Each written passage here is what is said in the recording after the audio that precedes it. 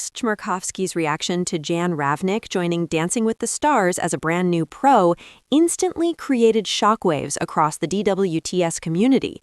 Because this wasn't just light commentary. Max straight up called the casting absurd, and he didn't hold back at all while saying it.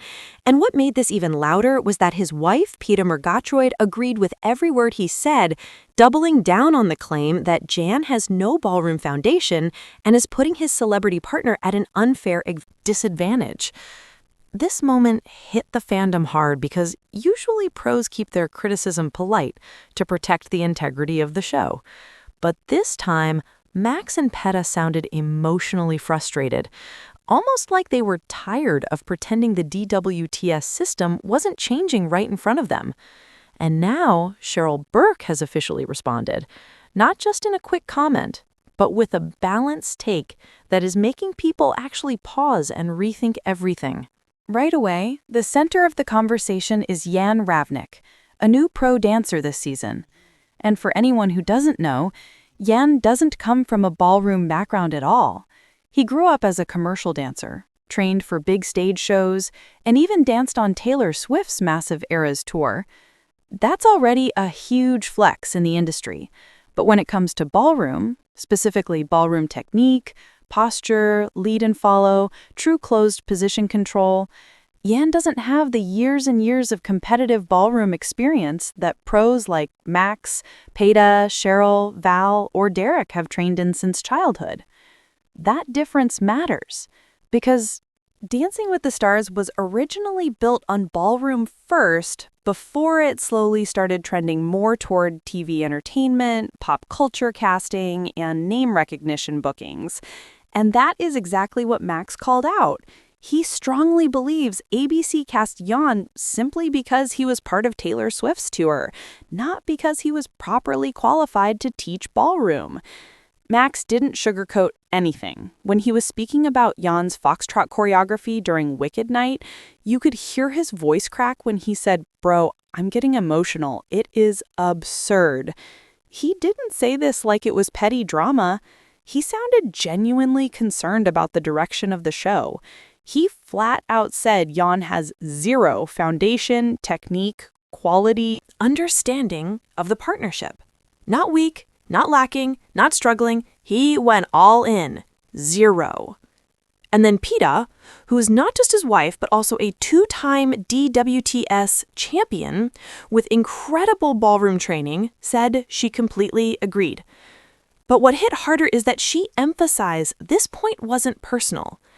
They both repeatedly said Jan is a great guy, looks great, can clearly dance, has performance energy. Burke then entered this conversation in the most Cheryl way possible.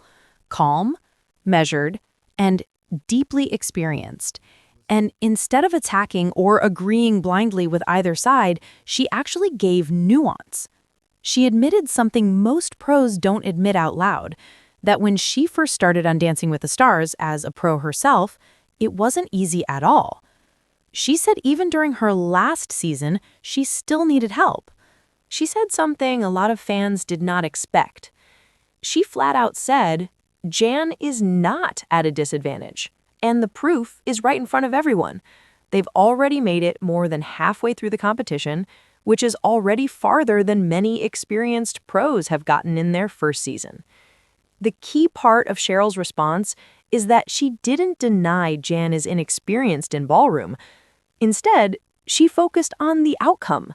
She basically said, if this was truly a disaster, clearly see some level of progress and performance worth keeping. That was Cheryl's point, that DWTS is still a competition, and if Jan was failing that badly, the voters and judges would have ended it already. But this is where the argument gets deep, because the public is now split into two passionate sides. One side is completely with Max, saying Dancing with the Stars is slowly drifting away from ballroom integrity and becoming a popularity booking show instead of a true dance competition. They are worried that hiring someone just because they were a Taylor Swift tour dancer is disrespectful to real ballroom-trained pros who spent decades preparing for an opportunity like this.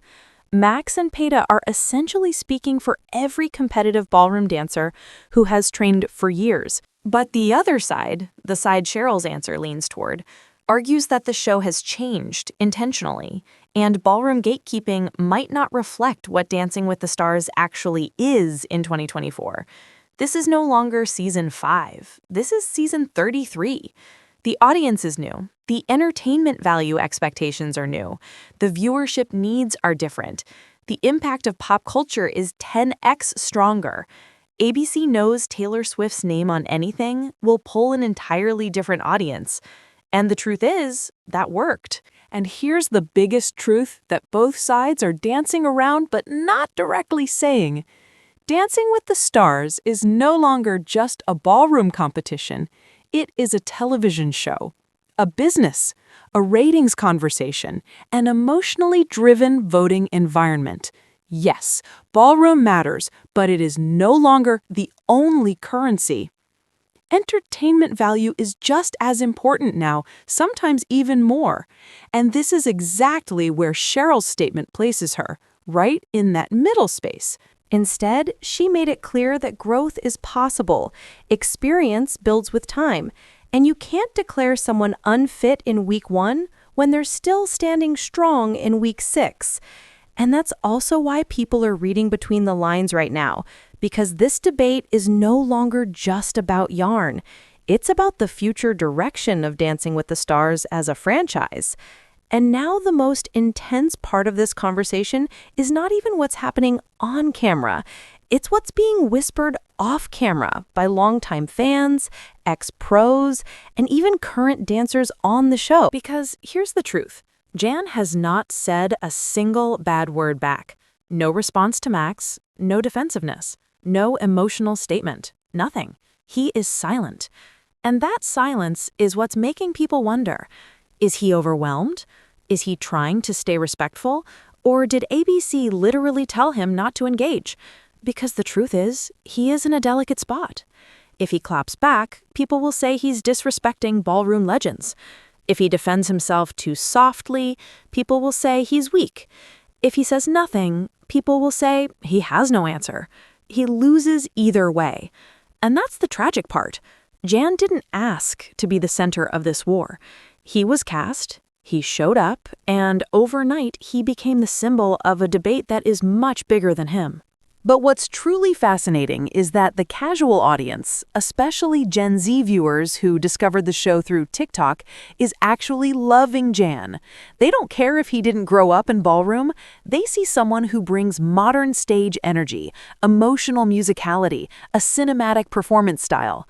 They see something fresh. They like that he isn't cookie-cutter ballroom.